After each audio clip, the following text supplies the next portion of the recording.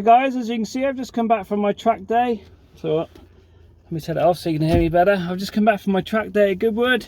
It was a fantastic day. I managed to do 160 miles on the track, which was amazing. There weren't that many people there, so I had loads of track time and time to myself on track, which is pretty unusual, to be fair.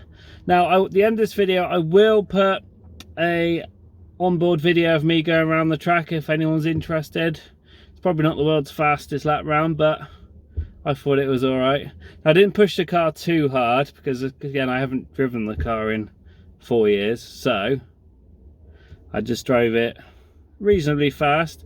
I was lifting and coasting on some of the straights to save the brakes so I could stay on the track longer so they didn't overheat and get brake fade. Now the STI tyres I brought were fantastic. I cannot complain about them. They were much more grippy than the last set of tyres I had on there, which were the Michelin Pilot Sports, which you'd expect because they are more of a track day tyre than a road tyre.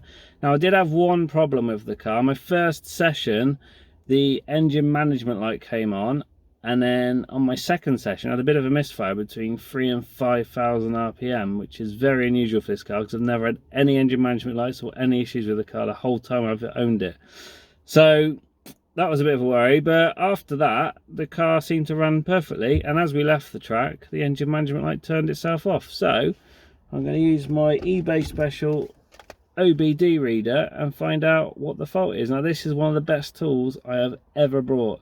It has never let me down, and it was only about £6 off eBay, so I can definitely recommend buying a cheap OBD reader. So let's see what the issue is.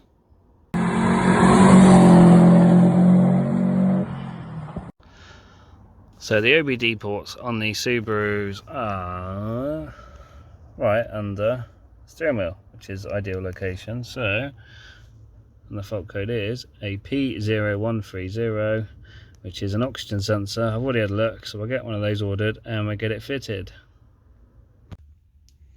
So as you can see, my oxygen sensor has turned up. Now I've done a bit of research, and a faulty oxygen sensor affects the fuel air mixture in the engine. So that's probably why it was running a bit lumpy, or I said it felt like it was misfiring. So here it is. Let's go and get it on the car, and hopefully we'll have no more issues. The oxygen sensor is right at the bottom of the engine, down there somewhere.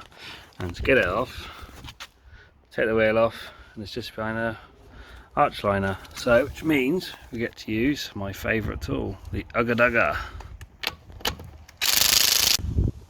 So the oxygen sensor is behind this bit of plastic. And it's there, look. So I'll take this little bit of plastic off here, and then we'll get it off. I'm just taking the heat shield off so we can get a good grip on the oxygen sensor and don't round it off. A bit of swearing and shouting. We got the old one out, as you can see the difference between the old one and the new one just there. Now I also took the airbox out, as you can see, just so I get the wiring through a bit easier. And as you can see here, I tied this blue wire to the end of the connector, and as I pulled it through, I pulled the blue wire through, so it should make it a bit easier for me to pull the new wiring through and connect it onto this connector.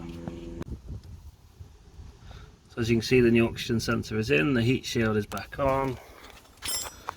I've pulled the wire in through, which comes up through here, through there. All I need to do is plug it back in. Yeah. So everything's back together. And before I put the wheel back on, I thought I'd show you how worn the tyres are after one track day. See, they got a little bit hot, but there's still loads of tread left on them. And for those of you who wanted some more Ugga Duggas, and it's all done, all back together. As soon as you clear the fault code and then take it for a drive.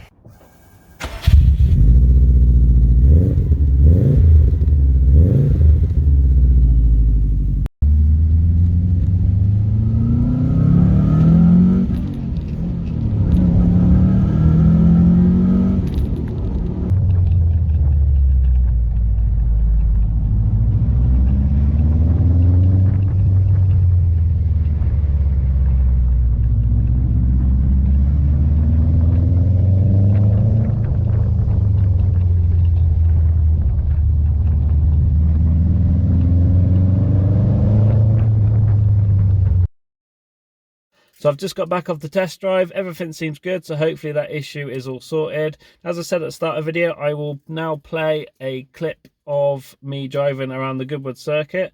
So I hope you all enjoyed the video, and I'll see you all on the next one.